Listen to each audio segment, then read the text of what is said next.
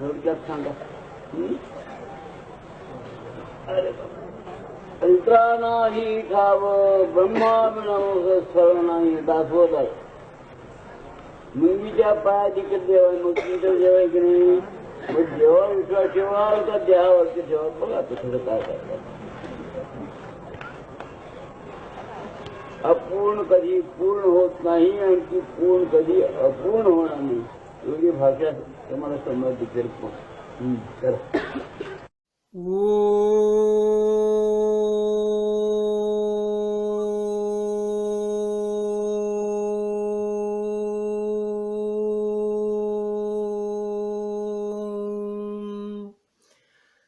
राजाधिराज सद्गुरुनाथ सिद्धरामेश्वर महाराज की जय.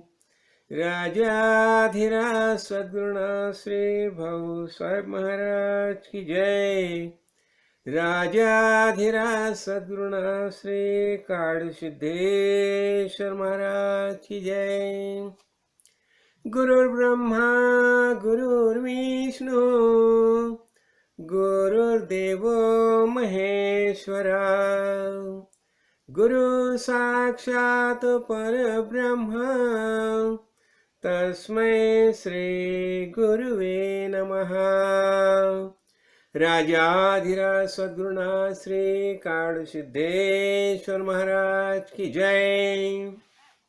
अभी हम ये अपना श्रावण मास तो चालू है और श्रावण मास का खासियत क्या होती है. जितना जितना भगवान के बारे में सुनना है सुन सके उतना सुनते जाओ और अपना अपना ज्ञान दृष्टि का निश्चय जो है वो पक्का करो. बस यही होता है. तो यही खास चातुर्मास की खासियत रहती है. तो अभी देखो, अभी आज हमारे दादाजी सिद्धरामेश्वर महाराज उनका जयंती महोत्सव है. तो अभी उनका जयंती महोत्सव है तो उन्होंने खास क्या हमें बता दिया. तो उन्होंने बहुत कुछ चीज़ें हमें बता दी है जो हमारे गुरुजी को बता दिया और हमारे गुरुजी ने हमें बता दी. और ख़ास कर उन्होंने एक बहुत महत्वपूर्ण बात बताई है सिद्धरामेश्वर महाराज ने कि हमारा जो प्रमाण ग्रंथ जो है दासबोध, ये हमारा प्रमाण ग्रंथ है. और उन्होंने बता दिया है कि ये दासबोध ग्रंथ जो है उसका तुम गुरु के सान्निध्य में बैठ के उसका अनुशीलन करेंगे, उसका स्वाध्याय करेंगे तो तुम्हें आत्मज्ञान प्राप्त हो जाएगा. ये मेरा खुद का अनुभव है, मेरी खुद की अनुभूति है, प्रचीति है. तो क्या हो गया देखो, ये स्फूर्तिली गुरुजी ने बता दिया कि ठीक है दासबोध तो प्रबोधन तो चालू है. तो इसके पहले देखो दासबोध के जो 200 चैप्टर जो है ना, 200 समास है, हर एक समास के ऊपर प्रवचन होना चाहिए ऐसी गुरुजी की आज्ञा थी. बस गुरुजी की आज्ञा के हिसाब से ये कार्य तो हो गया है. और बाद में ऐसा ही लगा कि ये अभी मैं नैनीताल में हूँ तो उत्तराखंड में हूँ तो यहाँ की भाषा तो हिंदी भाषा है. तो लगा ऐसा कि यहाँ के बहुत जो ये थे जिज्ञासु भक्त थे तो उन्होंने बता दिया बाबा जी आप हिंदी में क्यों ना एक कुछ किताब लिखते. तो ठीक है, ये मैं गुरुजी की आज्ञा समझता हूँ और ये गुरुजी की आज्ञा के हिसाब से ये दासबोध ग्रंथ जो है तो दासबोध ग्रंथ का दासबोध मीमांसा करके जो मैंने किताब लिखी है, गुरुजी लिखने वाला मैं कौन है, गुरुजी की सब प्रेरणा है, गुरुजी के आशीर्वाद से सब होता है. तो मैं आज ये किताब जो है ये किताब का मैं विमोचन कर रहा हूँ, प्रकाशन कर रहा हूँ ये गुरुजी की किताब. और ये किताब जो है इसमें क्या हो गया है, सब पूरे 200 चैप्टर आगे है और 200 चैप्टर के ऊपर उसमें सब जो बातें है सब बातें यहाँ समझाई है. तो ये किताब जो है हर एक भक्त को ये किताब उपलब्ध हो जाएगा. जो ज्ञान पिपासु है, जिन्हें कुछ समझने की है इच्छा है. तो दासबोध में देखो, दासबोध दशक 1 से लेकर दशक 20 तक हर एक दशक के ऊपर मैंने तो प्रवचन इसके पहले किए हैं और ये प्रवचन सब यूट्यूब के ऊपर उपलब्ध है. जिन्हें सुनना है वो सुन सकते हैं. तो देखो अभी क्या होता है, ये सब जो है ना ये ज्ञान की बातें कहाँ से आई. हमें किसने ये प्रबोधन किया? तो गुरु जी ने प्रबोधन किया, लेकिन ये हमारी परंपरा कहाँ से है? ये शुद्ध ज्ञान का प्रबोधन होना चाहिए, और ये शुद्ध ज्ञान है, ये हमें प्राप्त होना चाहिए। जब भी हमें शुद्ध ज्ञान प्राप्त होता है तो ही हम निश्चिंत और निर्भय हो जाते हैं। और क्या होता है फिर? ये हमारा जीवन जो है ना, लीला बन जाती है, लीला बन जाती है। आना जाना तो चलता रहता है, और ये पूरा जीवन ये लीला बन जाती है। तो अभी देखो, हमारी परंपरा जो है, अभी सिद्धरामेश्वर महाराज जो हमारे दादाजी है, जिनके अनुग्रहित हमारे काड़ी सिद्धेश्वर महाराज हो गए, और उन्होंने जो ज्ञान दिया। और देखो, लेकिन सिद्धरामेश्वर महाराज के गुरु कौन है? भाऊ साहेब महाराज। वो भी आत्मज्ञानी महापुरुष थे। देखो, आत्मज्ञानी महापुरुष ही तुम्हें आत्मज्ञान का प्रबोधन कर सकते हैं। अच्छा, उनके गुरु थे गुरुलिंगम महाराज, और गुरुलिंगम महाराज के गुरु थे ये 22वें काड़ी सिद्धेश्वर महाराज थे, वो उनके गुरु थे। और ये परंपरा जो है, पहले काड़ी सिद्धेश्वर महाराज जो रेवणनाथ जो है, नवनाथ में जो रेवणनाथ है, वो पहले काड़ी सिद्धेश्वर महाराज है। अभी देखो, ये रेवणनाथ जो है, तो उन्हें ज्ञान कहां से प्राप्त हो गया? ये नवनाथ ही से हो गया ना। तो देखो, पहले क्या हो गया था? हमारे जो सबके ज्ञान प्रबोधन के मुख्य जो आदि है, आदिनाथ गुरु सकल सिद्धांत, ऐसे जो शिवजी है, शिवशंकर जो है, तो शिवशंकर ये ज्ञान की देवता है। साक्षात ज्ञान उनके सामने ज्ञान ही प्रकट होता है। ज्ञान के सिवा कुछ बातें ही नहीं बताते, सब ज्ञान की बातें चलती है उनसे। तो देखो, ऐसे शिवजी है, शिवशंकर। एक समय क्या हो गया, उसके पहले तो हम गुरु गीता में देखा है, पार्वती माता ने शिवजी से पूछा कि भगवान मुझे बता दीजिए कि ये भूतल पर जो नरदी है, जो हमारा लाडला बेटा जो है, तो उसे आत्मज्ञान कहां से प्राप्त हो जाएगा? तो शिव जी ने पार्वती माता को बता दिया, ठीक है शुभांगी, आपने तो बहुत सुंदर प्रश्न पूछा है। और उसका जवाब उन्होंने दिया। पूरा गुरु गीता हमने देखी है ना, इसके पहले देखी है हमने गुरु गीता, और उन्होंने बता दिया कि गुरु बिना ब्रह्म नान्यत सत्यम सत्यम वरानने। ये शुभांगी, गुरु से, गुरु सिवाय दूसरा ब्रह्म है ही नहीं है। अच्छा, तो ये क्या हो गया? ये शिवजी जब भी पार्वती माता का प्रबोधन कर रहे थे, तो उसी समय बाजू के डोह में मच्छी के पेट में मच्छिंद्र नाथ थे, उन्होंने वह बोध ग्रहण किया, और वही बोध जो है वही रेवणनाथ तक आ गया परंपरा से, और रेवणनाथ ने वही काड़ी सिद्धेश्वर महाराज को दे दिया। और ये काड़ी सिद्धेश्वर महाराज, उन्होंने यही ज्ञान सिद्धरामेश्वर महाराज तक आ गया, और सिद्धरामेश्वर महाराज ने यही ज्ञान हमारे परम गुरु काड़ी सिद्धेश्वर महाराजों ने दे दिया, और हमारे गुरु ने हमें यही ज्ञान बताया ना। तो क्या होता है देखो, अभी ये देखो, अभी सिद्धरामेश्वर महाराज का तो आज जयंती महोत्सव है। तो देखो उन्होंने क्या किया, ज्ञानी कैसा होता है, तो ज्ञानी के बारे में उसने 10 लक्षण बताए हैं, ज्ञानी कैसा होना चाहिए। एक तो देखो, ज्ञानी ये शुद्ध स्वरूप ही होता है। जय ना, हम बताते हैं ना कि ज्ञानी कैसा होता है। ज्ञानी के दिल में और दूसरी कोई भावना ही नहीं होती। तो ये सच्चिदानंद स्वरूप परमेश्वर परमात्मा मैं ही हूं, यही उसका निश्चय होता है, ज्ञानी का निश्चय होता है। तो देखो अभी ये सिद्धरामेश्वर महाराज का, तो देखो उनके जन्म के बारे में तो बहुत कुछ बातें हमने समझ ली है, लेकिन खासकर हम अभी क्या देखेंगे, उन्होंने ज्ञानी के बारे में जो बताया है, ज्ञानी कैसा होना चाहिए। तो देखो ज्ञानी कैसा होता है, अक्रोध, यानी क्रोध, उन्हें क्रोध के ऊपर क्या है, विजय प्राप्त किया है, उसे गुस्सा ही नहीं आता। क्यों नहीं गुस्सा आता, वो समझते हैं ये सब जो है ना, ये बाल बच्चे, छोटे छोटे बच्चे खेलते हैं, यहाँ वहां खेलते हैं, तो ज्ञानी को गुस्सा ही नहीं आता, वो गुस्सा छोड़ दिया है उसने, तो अक्रोध होता है उसका। छोटे छोटे बच्चे जब भी खेलते हैं ना, कुछ कई करते हैं ना, कुछ शरारत करते हैं, कुछ और कुछ बातें करते हैं, तो ज्ञानी का भी गुस्सा होता है। देखो दादाजी नानाजी बैठे हैं, और उनके जो नाती जो है, नाती कुछ झमेला कर रहे हैं, वो नानाजी और नानी कभी दादाजी कभी गुस्सा करते हैं, तो ऐसा होता है, ज्ञानी ऐसा होता है। फिर होता है कि वैराग्य, उसमें वैराग्य होना चाहिए। देखो शिव जी का वैराग्य कैसा है, विगत राग, किसी भी बात के बारे में उन्हें निजानंदे स्पृहा, अपने अपने से मस्त रहते हैं। हाँ, और अपने स्थिति में मस्त रहना, यही होता है। और ये विवेक, देखो वैराग्य के साथ में हमेशा विवेक रहता है, विवेक रहता है। और विवेक क्या होता है? ये संपूर्ण विश्व जो है ये एकमेव चैतन्य है, यही विवेक हो गया। तो परब्रह्म वस्तु कोई अलग है और मैं कोई अलग है, ये विवेक नहीं है। तो परब्रह्म वस्तु ही मैं हूं, यही विवेक हो गया।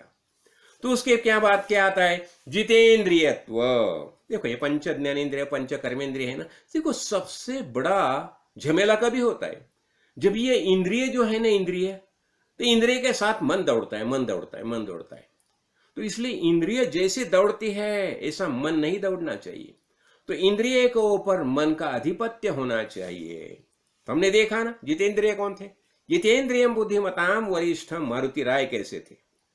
अब मारुति राय शिव जी का ये अवतार है ना, ईशान रुद्र का अवतार है नहीं मारुति राय। राम, जब भी राम प्रभु रावण का वध करने के लिए भूतल पर देह धारण करके आए विष्णु भगवान, तभी उन्हें मदद करने के लिए कौन आया? ये हनुमान जी आए हैं, शिव जी का यह अवतार है। तो जितेंद्रियत्व, तो इंद्रिय के ऊपर हमारी ये पकड़ होनी चाहिए, इंद्रिय हमारे कब्जे में होने चाहिए, ऐसा होता है। ये पंच ज्ञानेन्द्रिय है ना, पंच कर्मेंद्रिय। तो इंद्रिय जो है ये मन के अधीन, बुद्धि के अधीन हो जाए, उसके बुद्धि निश्चयात्मक बुद्धि का उसके ऊपर अमल होना चाहिए, इसे बताया था जितेंद्रियत्वम। फिर दया, देखो दया तो होनी चाहिए ना। क्या होता है? देखो ये संपूर्ण विश्व क्या है? एकमेव चैतन्य है, कोई कोई किसा भी क्यों बर्ताव क्यों करे। देखो असुर होते हैं ना, ये असुर के ऊपर भी भगवान दया ही करते हैं ना। जब भी असुरों का संहार होता है तो क्या करते हैं? दया ही करते हैं।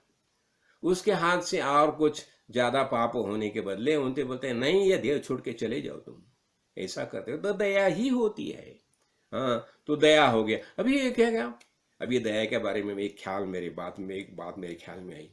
जब भी ये अपना देव दानव और मानव तीनों गए प्रजापति के पास और उन्होंने बता दिया, प्रभु पिताश्री हमें कुछ बोध कीजिए, बोध कीजिए। तो ब्रह्मदेव क्या करते? The the the the the the the ऐसा गड़गड़ाहट करते हैं, जैसा आसमान में जैसी गर्जना होती है ऐसी गर्जना करते हैं। क्या बताया? The the the the the the. तो अभी दया का है क्या हो गया? ये देखो अब ये द जो है ना, तो मनुष्य ने क्या लिया उसका भाव?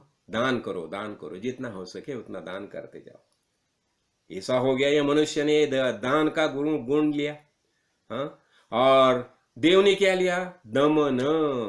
हमने देखा ना अभी जितेंद्रियत्व, तो इंद्रिय के ऊपर दमन करो, दमन करो। क्या होता है? देव कैसी है? देव ये भोगयोनि है, एकदम ऐसा आराम चलता है, सब कुछ मजा चलती है। तो नहीं, इंद्रिय का दमन करो। ये गुण किसने लिया? देवों ने लिया। उसकी न्यूनता थी ना। देखो जिसकी हमारे अंदर न्यूनता रहती है और जिसके कारण हमारा विकास होने के लिए अनुकूलता प्राप्त होती है, ऐसी ही बातें हम करते हैं ना। तो हो गया क्या? उन्होंने लिया दमन, इंद्रिय दमन करो, ये जितेंद्रियत्व। और असुरों ने क्या लिया? असुर यानी गुंडागर्दी, हमेशा जहां जाएंगे वहां गुंडागर्दी करते रहेंगे। तो असुर ने क्या उससे लिया? दया, दया करो। असुरों का स्वभाव कैसा होता है? जाते शांति से नहीं जाएंगे, या चल के जाएंगे, किसी ये करेंगे ऐसा करते जाते हैं। तो उन्होंने लिया दया, ये गुण लिया। तो और क्षमा, दया क्षमा, देखो क्षमा करो। क्यों क्षमा करो? जो अज्ञानी है, जिसे ज्ञान प्राप्त हुआ नहीं, तो उसे क्षमा ही करनी चाहिए ना। आस्ते आस्ते जैसा जैसा वो ज्ञान से प्रगत हो जाएगा, विकसित हो जाएगा, वैसा वैसा उसका आचरण बदल जाएगा। वो समझ लेगा, सब बातें समझ लेगा, वो वैसा ही वो आचरण करने लगेगा ना। तो इसलिए क्षमा करो, क्षमा करो। तो देखो इतना ही नहीं, अभी क्षमा का बारे में एक मैं बात तुम्हें बताना चाहता हूं। जब भी ये द्रौपदी का जब भी वस्त्र हरण का जब भी प्रसंग निर्माण हो गया ना, देखो द्रौपदी में इतना सामर्थ्य था, वो दुशासन को भस्म कर सकती थी, उसका पावित्र्य का सामर्थ्य था। लेकिन उसने क्या किया? नहीं, क्षमा की, उसे क्षमा की। क्यों क्षमा की? और श्री कृष्ण भगवान ने भी उसे बताया था, देखिए सखी, वो उसकी सहेली मानता था। तो तुम ऐसा करो, जो कुछ है तुम क्षमा करो, क्षमा करो। और सबसे पहली क्षमा किसको करो? दुर्योधन को सबसे पहली क्षमा करो। एक क्षमा जो है बहुत बड़ा गुण है, बड़ा गुण है। और ये क्षमा के, और उसे वही वही इसलिए क्षमा को महत्व दिया जाता है, खास महत्व दिया जाता है। उसका उतना सामर्थ्य होने के बावजूद भी उसने वैसा आचरण नहीं किया, क्षमा की, उसे क्षमा की। अज्ञानी है ऐसा। और फिर क्या था? शांति, शांति से रहो, शांति से रहो। शांति ये सब बड़ी बात है। शांत रहो, शांत रहो। आस्ते आस्ते हम देखा ना, जब भी हम षट संपत्ति में क्या होता है, षट संपत्ति जो गुण है ना, हमने देखे ना, चतवार चार ये शिष्य लक्षण में है ना, शिष्य लक्षण में बताया है ना, क्या होता है? विवेक शिष्य लक्षण चाहिए, देखो खास कर चार विवेक, चार लक्षण बताए गए थे। विवेक, वैराग्य, मुमुक्षुत्व और षट संपत्ति, ये शिष्य के लक्षण माने जाते हैं। शिष्य कैसा होना चाहिए? इसमें विवेक होना चाहिए, वैराग्य होना चाहिए, हाँ, मुमुक्षुत्व समझने की क्षमता, इच्छा होनी चाहिए, और षट संपत्ति। तो षट संपत्ति है ना, देखो यहाँ शांति का भाव आता है। षट संपत्ति में क्या होता है? दया, क्षमा, शांति, हाँ, उपरति, तितिक्षा और समाधान, ये 6 भाग हैं ना, ये सब आते हैं। उसे शांत होना चाहिए। क्षम यानी क्या? इंद्रिय की शांति, इंद्रिय की शांति। क्षम यानी मन, मन की शांति, मन से शांत हो जाओ, शांत हो जाओ। दम यानी इंद्रिय की शांति, इंद्रिय को शांत रखो, शांत रखो। क्षम, दम। तितिक्षा हमारी सहन करने, जो हम जो सह लेते हैं ना, सह लेते हैं, हमारी सहन करने की क्षमता बढ़ाओ, शांत हो जाओ, शांत हो। क्षम, दम, उपरति, तितिक्षा। उपरति यानी कर्म के बारे में शांत होना चाहिए, मुझे ये करना चाहिए, वो करना नहीं, अभी कर्म के बारे में भी शांत हो जाओ। जितना आवश्यक कर्म है वही करते रहो, और ऐसे कर्म करो कि जिस कर्म के कारण आपका जो भगवान के बारे में चलने की दिशा जो है उसमें तुम अग्रेसर रहेंगे। ऐसा ही कर्म करते रहो। तो क्या हुआ? हम देखा ना, उपरति, तितिक्षा, श्रद्धा। श्रद्धा का हमने क्या देखा? श्रद्धा का अर्थ क्या होता है? जो मेरे गुरुजी ने मुझे बताया है, गुरुजी ने मुझे जो बताया है, और जो वेद में जो बताया है, ये सत्य है, ये विश्वास यानी श्रद्धा। और समाधान, अंतःकरण की शांति, शांत हो जाओ, शांत हो जाओ। इसलिए शांति विशेष महत्वपूर्ण मानी जाती है। हमें शांत रहना चाहिए। और हम कभी शांत रहते हैं? जब हमें शुद्ध ज्ञान प्राप्त होता है, जब हमें पता चलता है ना संपूर्ण विश्व क्या है, ये संपूर्ण विश्व मेरा ही रूप है, ये विश्व रूप से मैं ही मौजूद हूं, ऐसा जब हमें ज्ञान प्राप्त होता है, यह निश्चय होता है, तो हम शांत ही हो जाते हैं। और फिर क्या, और क्या बताया? दाता। हम ये 10 गुण देख रहे हैं ना ज्ञानी के, उसमें और बताया दाता। दाता है देने रहो, देते रहो, देते रहो। इसलिए देखो, अभी हमें जो महापुरुष मिल गए थे ना, स्वामी जी मिल गए थे, जिनके साथ हम ये महाशिवरात्रि के 5 दिन मैं उनके साथ था, हम पूरे साथ थे। तो उन्होंने क्या बताया? देखो, मैं तो क्या है, कूड़ेदान यानी मांगता हूं। किसके लिए मांगता हूं? मेरे लिए नहीं, मेरे जो भक्त है, भक्त के लिए मैं मांगता हूं। मैं तो रोटी, नमक रोटी से संतुष्ट रहता हूं, लेकिन मैं मेरे भक्त को घी रोटी खिलाता हूं। तो देखो, ऐसा जो मांगता है, किसके लिए मांगता है? भक्तों के लिए मांगता है, भक्तों के लिए मांगता है। ये आत्मज्ञानी महापुरुष जब भी कुछ मांगते हैं ना, तो भिक्षान देहि, हमने देखा ना दासबोध में, भिक्षा को विशेष महत्व क्यों दिया है? भिक्षा का महात्म्य वर्णन किया है। तो भिक्षान देहि, अब ये भिक्षा का कहाँ उपयोग किया जाता है? अभी देखो, मुझे याद आ गई, तो सिद्धरामेश्वर महाराज, उनके बारे में क्या किया था? उनकी रौप्य तुला की थी, रौप्य तुला की थी। जो उनके खास ये थे, उनके शिष्य थे, हाँ, सोलापुर में अपने परोड़ी वकील थे, फिर पाणी मास्टर थे, तो उनकी रौप्य तुला की थी, रौप्य तुला। तो क्या हो गया देखो, और ये जब रौप्य तुला की ना, तो ये रौप्य तुला के बारे में देखो, उन्होंने क्या बता दिया कि ये रौपे तुला करने के बाद जो पैसा जो कुछ आ जाएगा और भगवान के कार्य में खर्चा करो।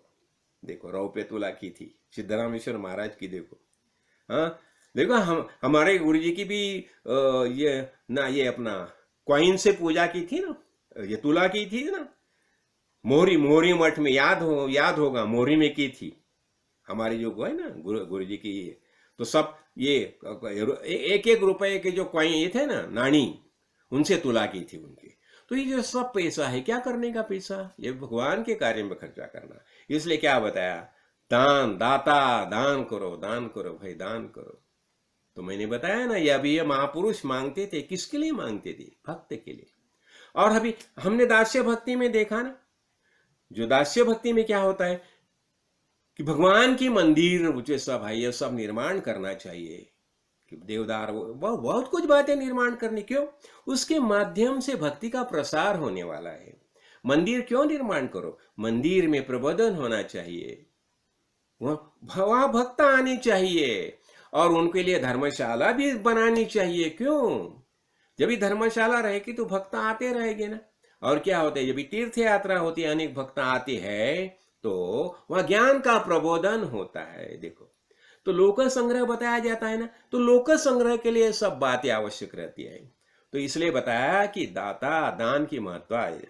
और ऐसा ही नहीं है, हमारा जो अर्निंग होता है, जो हम जो कमाते हैं, उसका 5वां हिस्सा जो है भगवान का रहता है, उन्हें देना ही चाहिए। उससे क्या होता है, देखो हर एक गांव में मंदिर है, हर एक गांव में मंदिर है। ये भरतपुर में जितने देहाते हैं ना, हर एक देहात में मंदिर है, वह ब्राह्मण रहता है। और मंदिर की जो जगह रहती है, कुछ खेती बीती रहती है मंदिर की, तो वहां जो पैसा जो इकट्ठा होता है वो सब लोगों को दिया जाता है, जिसे जिसे आवश्यकता होती है। कुछ कठिन प्रसंग निर्माण होता है तो वहां वो पैसा का इस्तेमाल किया जाता है, धन का इस्तेमाल किया जाता है। तो यही देखो लक्ष्मी है। अभी हम कुबेर को बताए ना, कुबेर कौन है, कुबेर धनाध्यक्ष है। तो कुबेर को धनाध्यक्ष बनाया, क्यों बनाया, ये जिम्मेदारी कुबेर के ऊपर दे दी। क्यों, जब भी किसी भक्त के किसी चीज की पैसे की आवश्यकता होगी तो कुबेर को देना, कुबेर को चाहिए कि वो उसे दे दे, तो इसलिए उसे धनाध्यक्ष बनाए। और कुबेर कौन है पता है ना, ये शिवजी का वजीर है। तो शिवजी तो ज्ञान की देवता है, और शिवजी का वजीर कौन है, एक कुबेर है, कुबेर, ऐसा होता है। तो यहाँ क्या बताया है, तो दाता, ये दान की महत्ता बताई। फिर क्या होता है, अभय, अभय यानी निर्भयता। देखो जब भी देखो अनेक लोग जो भूतल पर देह धारण करके आते हैं ना, उन्हें सच्चा ज्ञान नहीं प्राप्त होता।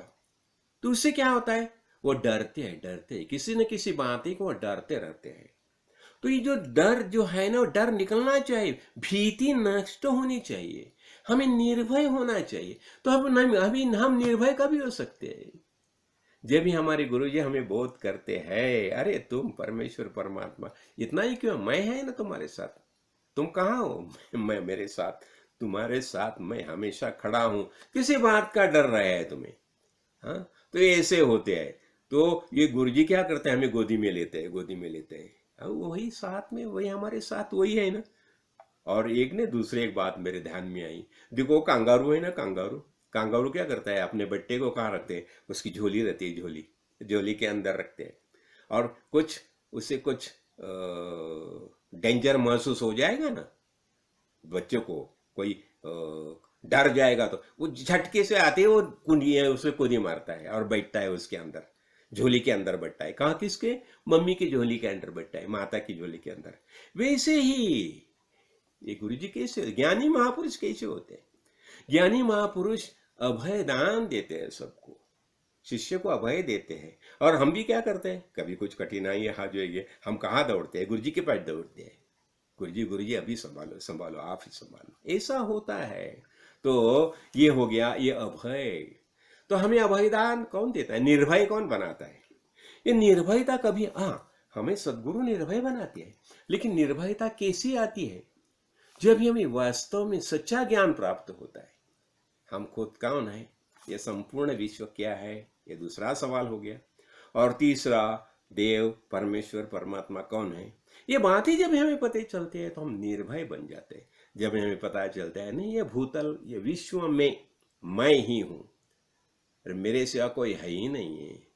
और बता देने मुझे मेरी मस्ती कहाँ लेके आई, जहां मेरे अपने सिवा कोई नहीं, मैं ही अकेला ही हूं। ये जब ज्ञान होता है, शुद्ध ज्ञान होता है, तो हम निर्भय बन जाते हैं।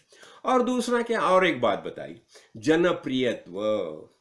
देखो हम समाज में रहते हैं, समाज में हमारे आजू बाजू में बहुत लोग रहते हैं, तो हमें जनप्रियत्व यानी क्या है, वो लोगों में जब भी हम अच्छी तरह से अच्छा बर्ताव करेगा। अभी देखो एक बात मैं बताना चाहता हूँ, ये चंदन है ना, चंदन, अब ये चंदन का स्मेल, ये अपना गंध कभी आता है, कभी आता है जब यह घिसता है। देखो जब भी चंदन घिसता है ना, तो ही उसका गंध आता है। इसका अर्थ क्या हो गया, हम जब इस समाज में रहते हैं ना, तो समाज के लिए जब भी हम अच्छे कार्य करते रहते हैं, अच्छे कार्य करते रहते हैं, तो क्या होता है, जब ये अच्छे कार्य करते हैं, बहुजन हिताय, सब लोगों के कल्याण के लिए हम कुछ अच्छे कार्य करते रहे, तो लोग हमें चाहने लगते हैं। देखो गुरु जी के बारे में देखो, मैंने देखा है, हम गुरु जी को हमेशा सब बुलाते हैं, नहीं गुरु जी हमारे घर आओ, हमारे घर। क्यों? और उनके आने के साथ उनके साथ प्रसन्नता आती थी। हमने देखा ना, महापुरुष के लक्षण कैसे होते हैं, आनंद उनके साथ ही रहता है। जब भी हम गुरु जी के सानिध्य में जाते हैं, तो तभी ये महापुरुष को कैसा पहचानना चाहिए।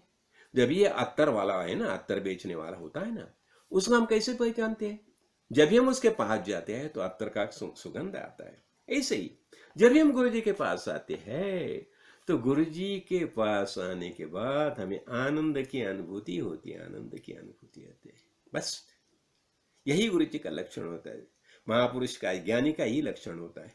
तो ये जनप्रियत्व, तो लोगों में हमें प्रिय हो। देखो प्रिय होना यार, इसका अर्थ क्या हो गया, लोग हमें चाहने लगते, कभी चाहने लगते हैं जब भी हम कुछ उनके लिए अच्छे कार्य करते हैं, उन्हें अच्छा ज्ञान देते हैं। देखो ज्ञान का देखो, अभी यज्ञ तो अनेक प्रकार के यज्ञ होते हैं। अभी मैंने बताया ना, जो महापुरुष वो क्या करते थे, वो भंडारा लगाते थे, अरे इतना ही नहीं, अभी देखो ना, ये अमरनाथ की यात्रा थी ना, वो अमरनाथ के यात्रा में उन्होंने देखो, जब से यात्रा शुरू होगी तभी से उन्होंने वहां भंडारा लगाया है। 20-25 आदमी वहां कार्य कर रहे हैं, अन्नदान का कार्य कर रहे हैं भंडारा में। और ये महापुरुष, ये स्वामी स्वयं वहां है, उन्होंने ये सब कार्य पंचतरणी में कर रही है। वो देखो पंचतरणी से अमरनाथ की गुफा जाने के लिए कम से कम 6 किलोमीटर का फासला है वो, तो पंचतरणी में उन्होंने भंडारा लगाया है। ये क्या है, ये सब इससे क्या होता है, जनप्रियत्व। अभी देखो ना, हम ये पंढरपुर की वारी चलती ना, पंढर की वारी में जाते हैं, इतना ही नहीं है, देखो अभी कावड़िया, ये अभी उत्तराखंड में कितने कावड़िया आते हैं। ये कावड़िया कहाँ से आती है, अभी तो मैंने परसों न्यूज़पेपर में कम से बोलते 2-2.5 करोड़ इतने कावड़िया आए थे। अभी इतने कावड़िया आते हैं, श्रद्धा भक्ति से आते हैं, और वो क्या करते हैं, ये गंगा जल लेके जाते हैं, और अपना यहाँ जो शिव जी जो है, अपना गांव में शिव जी की मूर्ति होती है ना, वहां जाके अभिषेक करते हैं। क्यों, यही श्रद्धा है ना। देखो ये सब बातें कैसे होती है और क्यों होती है, हम शुद्ध अंतःकरण से श्रद्धा यही बात है। हम जब भी गंगा स्नान करते हैं, और गंगा अब ये भी कोई इसके पहले की बात भी है, देखो ना, जब भी ये अपना एकनाथ महाराज वो जमाने में क्या, गंगा जल लेके कहाँ जा रहे थे, रामेश्वर जा रहे थे। रामेश्वर शिव जी है ना, तो वहां तक लोग जाते थे गंगा जल लेके। क्यों, गंगा मई से शिव जी का स्नान करना, ये देखो ये शुद्ध भक्ति का कार्य। और जब भी ऐसा जब भी हम रास्ते में वारी में जाते हैं, अनेक लोग मिलते हैं, फिर ज्ञान चर्चा होती है, इन्हें अनेक लोगों से मुलाकात होती है। और इतना ही नहीं, जब भी हम ऐसे वारी में जाते हैं, कावड़िया आते हैं ना, तो रास्ते में वो कावड़िया के लिए खाना पीना, ये जलपान, ये सब प्रबंध करना, ये भी सख्य भक्ति का लक्षण है। तो ये सब लोग करते हैं ना। देखो, हम तो खुद अभी गंगा जल लेके कावड़िया के तरह हम नहीं जा सकते ना, तो कम से कम जो कावड़िया जो कार्य कर रही है उनकी सेवा क्यों ना करें। तो उनकी सेवा करने से भगवत भक्ति का फल हमें प्राप्त होता है। तो जैसे ऐसे ही जब भी पंढरपुर के वारी में आषाढ़ी एकादशी, कार्तिकी एकादशी, जब भी सब लोग जाते हैं, हमने देखा ना, आषाढ़ी एकादशी से चातुर्मास की शुरुआत होती है, जब पंढरपुर में यात्रा रहती है, फिर कार्तिकी एकादशी में फिर यात्रा होती है, और ये आषाढ़ी एकादशी से पंढरपुर वारी में लोग जाते रहते हैं। तो अभी जो वारकरी जो जाते हैं ना, तो रास्ते में अनेक लोग उनका खाना पीना, जो उनके जो कुछ आवश्यक चीज है, उनका सबका प्रबोधन करते हैं। तो इससे क्या होता है, जनप्रियत्व। और फिर अब अभी क्या बताया, निर्लोभ। निर्लोभ का अर्थ क्या हो गया, देखो किसी भी कारण, हमने देखा ना दासबोध में, हमने अनेक बार देखा है, निष्पृहस्य तृणम जगत। वो निष्पृह है, उसी कौन सी इच्छा ही नहीं है, चाह ही नहीं है, इसलिए बताया था ना, चाह गई चिंता मिटी, मनुआ बेपुरवाह, जिसको कछु न चाहिए वही शहंशाह, वही शहंशाह। तो ये जो निर्लोभ है, लोभ ही नहीं है ना। देखो, और हमने एक बहुत बड़ी बात देखी है, ये लोभ जो है ना, ये लोभ कैसा है, ये रजोगुण है और तमोगुण का भी कारण है। तो ये लोभ, और ये लोभ से क्या होता है, ये लोभ से जितना वासना बढ़ती है, और इसलिए ये भगवान ने बताया ना भगवत गीता में, जब भी अर्जुन प्रश्न पूछते हैं, अरे भगवान कन्हैया, आपने तो इतने बार सब ये बातें समझाई है, तो भी आदमी गलत रास्ते से क्यों जाता है। तो बता दे, कामेशा क्रोधेशा रजोगुण समुद्भव महाशनो महापापना विधि इह एनम वैरिणम। तो काम और लोभ है ना, ये नरकस्य द्वारम, ऐसा बताया है, ये नरक में लेके जाते हैं। नरक का अर्थ क्या हो गया, कुच्छिता नरहा इति नरका, ऐसा होता है। यानी क्या होता है, आदमी गलत तरह से पेश आने लगता है, बर्ताव करता है, गलत ढंग से करता है, अन्याय अत्याचार, ये सब बातें, प्रतिशोध की भावना, ये सब उसके अंदर आती है, और वो गलत रास्ते से जब भी आचरण करना लगता है, तो इसलिए क्या हो, निर्लोभ, लोभ ही नहीं है। लेकिन मैंने देखा कुछ लोग ना, ये जमा करो, जमा करते ही जाते हैं, और कितना, और जहां अच्छी तरह से कार्य चलता है वहां भी जाके कुछ ना कुछ झमेला करते हैं। ये लोभ। इसलिए लोभ निर्लोभ ही होना चाहिए। जो लोभी होता है ना, वो किसी बात का ख्याल नहीं करता मैं क्या कर रहा हूं। मैंने तो देखा, मेरे गुरुजी ने एक बंबई में एक आश्रम बनाया था, और वहां वो आश्रम में, और खास हमारी एक जो खास गुरु भगिनी जो है शोभाताई, उसे बताया था कि यहाँ तुम कार्य करो। लेकिन ये उनके बाद जो वहां जो आ गया, वो इतना लोभी निकला, और वो आके उसने वो भी जो मठ था, मंदिर था, खुद के कब्जे में ले लिया। उसने वहां के जो विश्वस्त थे उसने फंसाया, अपनी तरफ बढ़ा लिया, और वो ये करके लिया। तो ये क्या बताए, इसलिए ये ज्ञानी नहीं है। जिसके अंदर लोभ है वो ज्ञानी नहीं, वो खाली केयर टेकर रहते हैं, जिसे हम कारभारी बोलते हैं ना, कारभारी केयर टेकर ऐसे ही होते हैं, वो कभी भी ज्ञानी नहीं होते। तो क्या होता है, जो ज्ञानी होता है ना, आत्मज्ञानी महापुरुष होता है, तो उसमें ये सब 10 लक्षण होने ही चाहिए, और बहुत कुछ बातें हैं। इसलिए हमने देखा ना, जब भी महापुरुष कैसे होते हैं, तो सिकंदर के जमाने की बात है, एक हमारे संत थे, और देखो ये सिकंदर के जमाने में उसके जो ये थे ना, सैनिक थे ना, उन्हें ज्ञान भी कुछ पता नहीं था, खाली असुरी प्रवृत्ति, राक्षस बताए ना, राक्षस असुरी, ऐसी ही उनकी प्रवृत्ति थी। असुर कैसे करते थे, देखो मैंने बताया ना, यातुधानी राक्षस असुरी के बारे में तो मैंने बता दिया। हाँ, और यातुधानी देखो वो जमाने में क्या होता था, ये यातुधानी क्या करते थे, वो समुद्र में छिपे रहते थे और रात में आते थे। और असुरों का सामर्थ्य कैसे होता है, रात में उनका सामर्थ्य ज्यादा रहता है, तो रात में आते थे और अनेक आश्रम से सन्यासियों को उठा के लेके जाते थे और खाते थे।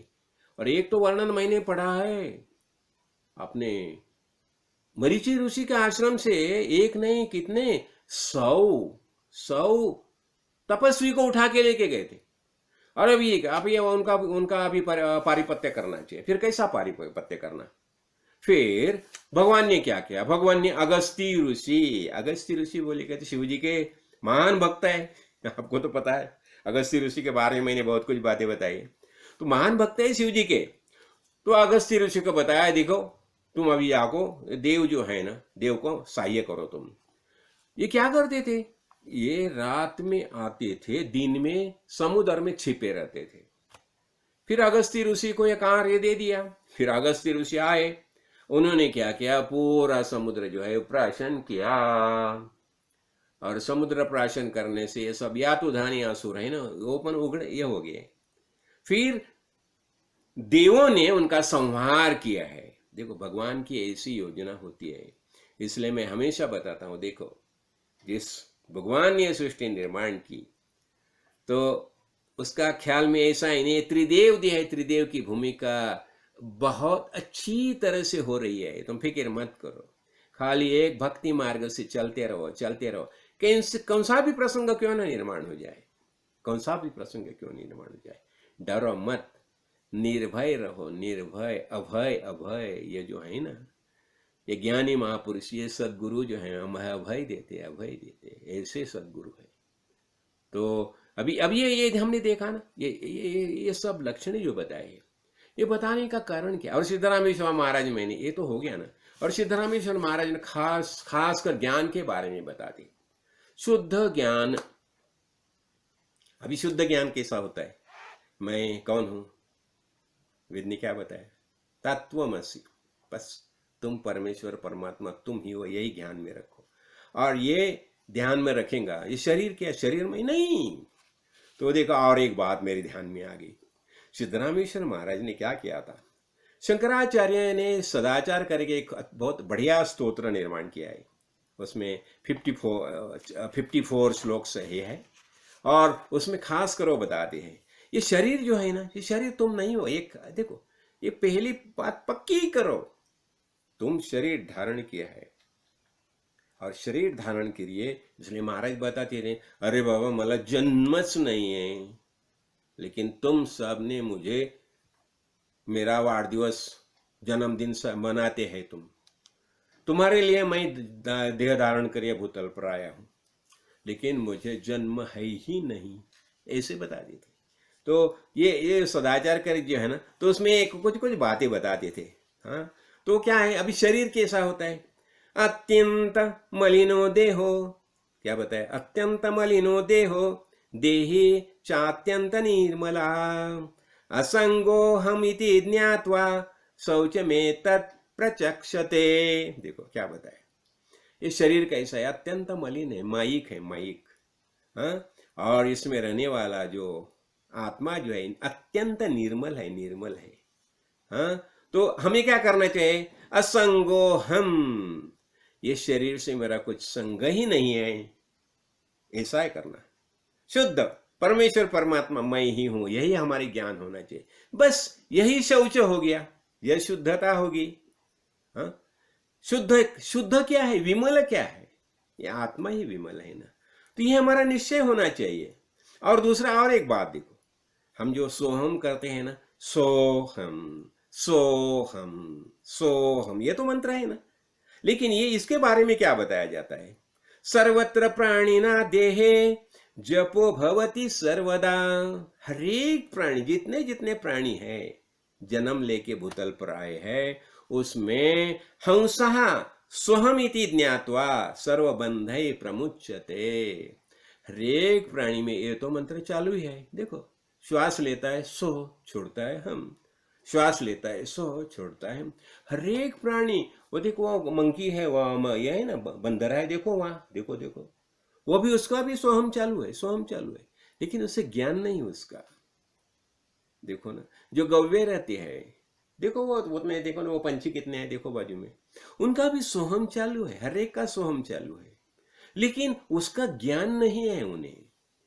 तो यही बताया। तो सर्वत्र प्राणिना देहे, सभी जितने जितने प्राणी भूतल पर देह धारण करके आते हैं, श्वास लेते हैं छोड़ते हैं, लेते हैं छोड़ते हैं, यही सोहम चालू है ना। यही अजपा जप है, वो चालू रहता है। हाँ? हाँ? लेकिन हंसा सोहम इति ज्ञात, लेकिन हम खुद जब भी सदगुरु के शरण में आते हैं तो हमें बताते हैं यही तुम्हारा मंत्र चालू ही है। हम सहा सोहम इति ज्ञात्वा, हम सहा वही मैं हूं और सोहम तो वही मैं हूं, हो गया। तो ये अभी ज्ञान होता है तो सर्व बंधय विमुच्यते प्रमुच्यते, सब बंधन जो है टूट जाते हैं। और बंधन कैसे है? ये माया के बंधन है, इसलिए ऐसा होता है। और आगे वो बताते हैं, देखो आज अनेक बातें है। हाँ, तो क्या बताया उसने? देहो देवालय प्रोक्ता, ये शरीर है ना देवालय, देवालय। हाँ, और देही देवो निरंजना, अंदर रहने वाला जो देही है आत्मा है निरंजन है, परमेश्वर परमात्मा है। हाँ, तो अर्चिता सर्वभावेन, तो उसकी तुम जब भी पूजा करेगा तो स्वानुभूत्या विराजते, बस वही अनुभूति होती है, हमारा वही निश्चय होता है। तो ये शुद्ध ज्ञान है ना, ये शुद्ध ज्ञान किसने दिया? ये सिद्धरामेश्वर महाराज ने शुद्ध ज्ञान दिया है। यही बात है ने। अभी सिद्धरामेश्वर महाराज के बारे में हमने बहुत प्रवचन में देखे हैं, बहुत प्रवचन हो गए, हर साल तो प्रवचन होता है उनका जयंती में, रमा एकादशी में भी प्रवचन होता है ये सब। लेकिन मैं आज ये खास यही बात बताना चाहता हूं कि ये शुद्ध चैतन्य जो है यही उन्होंने समझाया। और दासबोध के बारे में मैंने खास कर बताया। दासबोध क्यों? दासबोध में पूरा वेदांत आया है, पूरा वेदांत है। वेद में जो जो बातें समझाई सब बातें दासबोध में आई है, और ये सब बातें मैंने इस किताब में ली है।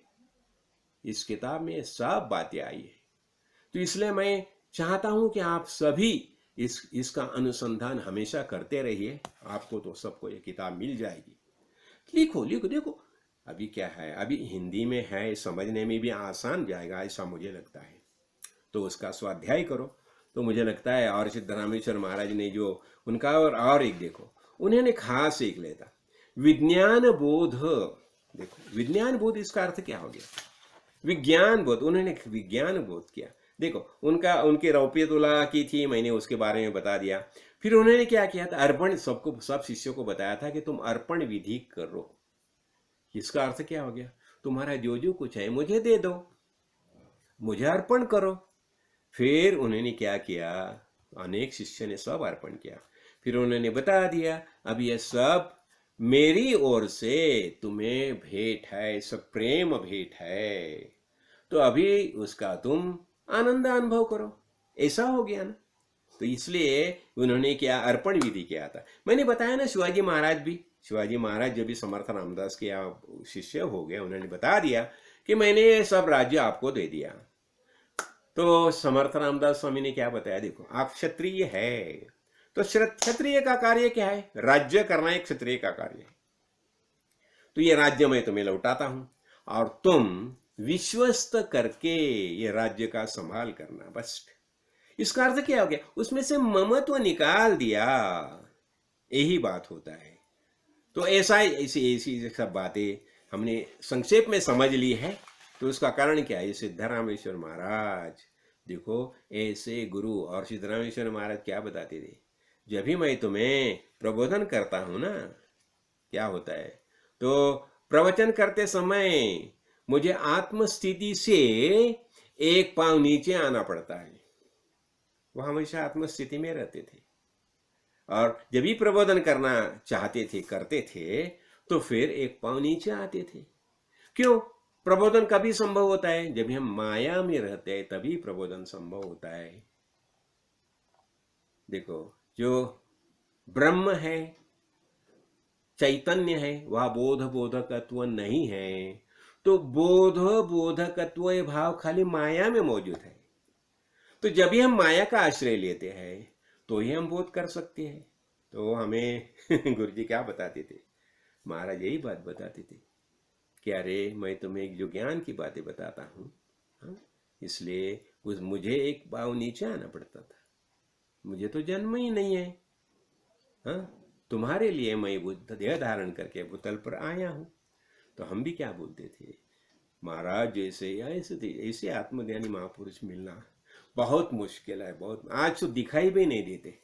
हमने अभी देखा ना, इतने सब लक्षण देखे ना, सब ये मठाधिपति है ना, वो लोभी बन गए है।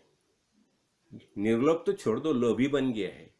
और वो केयर टेकर बनते हैं। ये सब मठाधिपति है ना, वो केयर टेकर बनते हैं, केयर टेकर। मठ का जो एकदम प्रॉपर्टी विपर्टी रहते हैं ना, उसका सब खाली संगठन करना, और जो पैसा आता है ना उसके ऊपर मजा करना, बस यही होता है। देखो अनेक मठाधिपति का उनका अभी क्या बताया, देखो अपना विषय नहीं है। हम एक ही बात समझे कि हमें क्या करना चाहिए। जैसे हमारे गुरुजी ने बताया, मैं आत्मा हूं, यही मेरा निश्चय होना चाहिए। फिर हम बताते हैं ना, चिदानंद रूप शिवोहम शिवोहम मनोबुद्ध्यंकार चित्तामिनाहम न च श्रोत्र जिह्वे न च घ्राण नेत्रे न च व्योम भूमिम तेजो न वायु चिदानंद रूप शिवोहम शिवोहम अहम निर्विकल्पे निराकार रूपे विभूत्वाच सर्वत्र सर्वेन्द्रियाणां न चासंगतं नैव मुक्ति न मेया चिदानंद रूप शिवोहम शिवोहम। जय जय रघुवीर समर्थ। तो मुझे लगता है सिद्धरामेश्वर महाराज, और देखो बाद में जब भी सिद्धरामेश्वर महाराज ने देह छोड़ा, कभी 9 नवंबर 1936, तो उनकी समाधि जो है बाणगंगा में समाधि है। देखो वो स्मशान, बाणगंगा स्मशान में उनकी समाधि है, और वो समाधि में हम हमेशा जाती है, हमेशा जाती है। क्यों? वह साक्षात शिव जी का, सत श्री महाकाल का वास्तव्य रहता है। वहाँ बहुत कुछ बातें प्राप्त होती है, तो वो अनुभूति हमें लेनी ही चाहिए। और सिद्धरामेश्वर महाराज ने वो ज्ञान का प्रबोधन किया, शुद्ध ज्ञान का प्रबोधन, तो वही हमारा निश्चय होना चाहिए। तो हम क्या करेंगे बस। और वो क्या बताते थे, कोई भी आ जाएगा ना, पहले मुलाकात में उसे बताते थे, अरे तुम सच्चिदानंद स्वरूप आत्मा, यही वास्तविक तुम्हारा रूप है। और वो बताते, अरे जे झालेच नाही त्याची वार्ता पुससी काही। अरे जो हो गया ही नहीं है, ये संपूर्ण दृश्य जगत क्या है, दिखाई देता है, ये क्या सच है या ये ख्वाब है? ख्वाब क्या है? ख्वाब है। दृश्य जगत क्या है? ख्वाब है। बस जब ये हम नींद खुल जाती है, क्या पता चलता है, ये संपूर्ण विश्व का अधिष्ठान सच्चिदानंद स्वरूप आत्मा है, वही हमारा निश्चय होता है। यही सदगुरु कृपा होती है, और यही बात सदगुरु ने हमें समझाई है। तो हमें एक ही बात यही करनी चाहिए। तो क्या करें हम, जिस कारण हम ये देह धारण करके भूतल पर आए हैं। तो एक एक बात देखो, सबसे बड़ी बात मैं आपको बताना चाहता हूं, ये ज्ञान है ना, खुद हमारे सदगुरु ने जो हमें ज्ञान दिया है, वो खुद प्राप्त करना, और जितना हो सके ज्यादा से ज्यादा लोगों तक पहुंचाना का कार्य करना चाहिए। तो गुरुजी ने मुझे बताया था ना, देखो व्यासपीठ में गुरुजी ने मुझे क्या बताया, मैं ये शरीर में रहूं या न रहूं, तुम क्या करना, ये मैंने सब पौधे लगाए, बस ये सब पौधे है, उन्हें पानी जल दान, जल देने का कार्य तुम करते रहो, बस वही करते कर रहा हूं। यही सदगुरु माउली की कृपा है, और जब ही तक, और ये उनका ही सामर्थ्य है। तो मैं एक ही बोलूंगा, बस सत्संग में आते रहे, और ये दासबोध का जितना हो सके दासबोध मीमांसा का स्वाध्याय करते रहे। जय जय रघुवीर समर्थ। राजाधिराज सद्गुरुनाथ सिद्धरामेश्वर महाराज की जय। राजाधिराज सद्गुरुनाथ श्री भाऊ साहेब महाराज की जय। राजाधिराज सद्गुरुनाथ श्री काल सिद्धेश्वर महाराज की जय।